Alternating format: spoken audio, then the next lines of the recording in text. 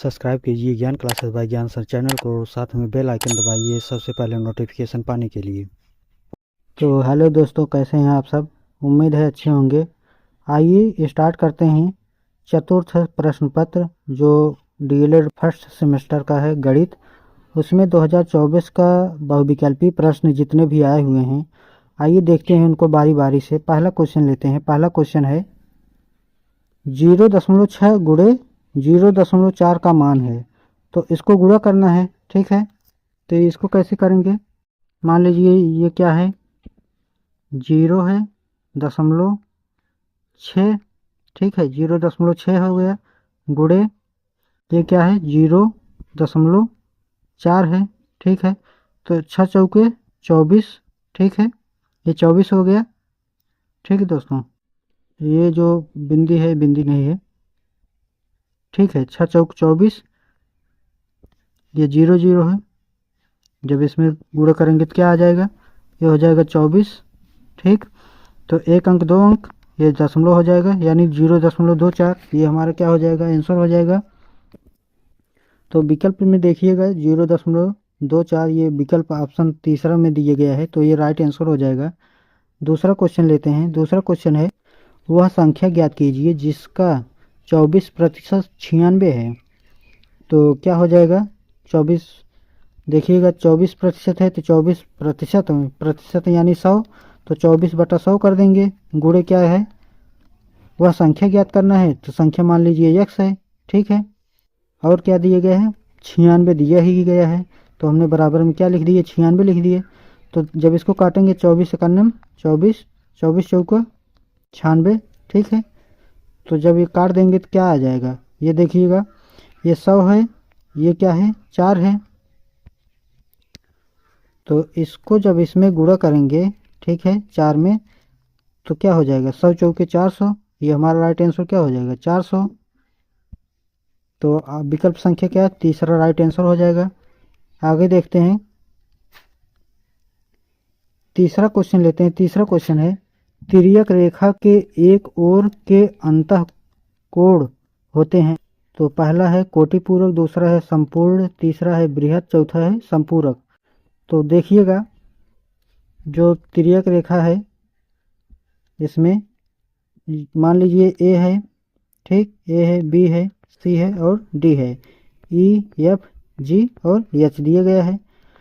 तो हमको संपूरक कोण क्या होता है, यानी कोण अगर ए है, ठीक, प्लस कोण बी है, तो दोनों का योग क्या हो जाएगा, 180 अंश होना चाहिए। ठीक है, तो देखिएगा, ये अंतः कोण मान लीजिए कोण बी है, और अंतः कोण ये क्या है, कोण ई है, तो यही हमारा संपूरक कोण हो जाएगा। ठीक, तो कोण बी क्या हो जाएगा, और कोण ई, ये दोनों मिलाकर के क्या हो जाएगा, 180 अंश। तो हमारा क्या हो जाएगा, ये संपूरक कोण। ठीक है, तो ये विकल्प है क्या, विकल्प संख्या 4 राइट आंसर हो जाएगा। आगे देखते हैं, चौथा क्वेश्चन है, किस संख्या में 3 का स्थानीय मान सबसे कम है? तो स्थानीय मान क्या है, जो 3 दिया गया है वह जितने ही दाहिने तरफ होगा, यानी इकाई के स्थान पर होगा, तो उसका मान छोटा हो जाएगा। जितने ही वह बाईं तरफ भागेगा, ठीक है, तो उसका मान क्या हो जाएगा, वह ज़्यादा हो जाएगा। तो देखिएगा, 3 जो दिया गया है, 3 मान लीजिए पहला में यहाँ पर दिया गया है, ठीक, दूसरे में यहाँ पर दिए गए, तीसरे स्थान पर है, 1 2 3 4 5 पाँचवें स्थान पर है, 3 पहले में, और तीसरे में दूसरे स्थान पर है, चौथे में पहले स्थान पर है। तो हमने क्या बताया, जो इकाई के स्थान पर होगा, या इकाई के स्थान से जैसे वह दहाई सैकड़ा हज़ार पर जाएगा, उसका मान क्या है, बढ़ता चला जाएगा।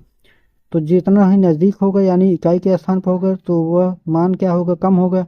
तो चौथा विकल्प जो दिया गया है, देखिएगा चौथा विकल्प में क्या है, इकाई के स्थान पर 3 है, तो इसका मान क्या हो जाएगा, 3 गुणे 1 यानी क्या, 3। ठीक है, यही देखिएगा, अगर ज़्यादा की बात करें तो 3 दिया गया है। ठीक, तो ये जो 3 दिया गया है, 3 गुणे क्या है, 1 अंक, 2 अंक, 3 अंक, 4 अंक, तो 1 लिख के 4 जीरो जब बढ़ाएंगे तो क्या हो जाएगा, 3 1 2 3 4। ठीक है, तो ये हमारा आंसर क्या हो जाएगा, विकल्प संख्या 4 राइट आंसर हो जाएगा। आगे देखिएगा, क्वेश्चन 5वां है, क्रमागत दो पूर्णांकों का अंतर होता है। पहला है -1, दूसरा है 1, तीसरा है 0, चौथा है -0।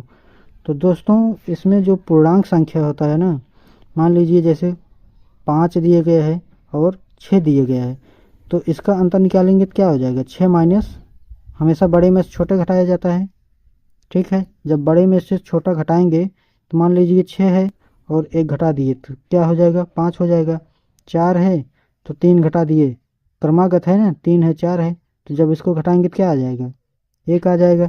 तो इसका कहने का मतलब ये है कि आंसर क्या हो जाएगा, जो भी क्रमागत दो पूर्णांक का अंतर हमेशा क्या हो जाएगा, 1 हो जाएगा। तो इसका क्या आंसर है, दूसरा विकल्प राइट आंसर है।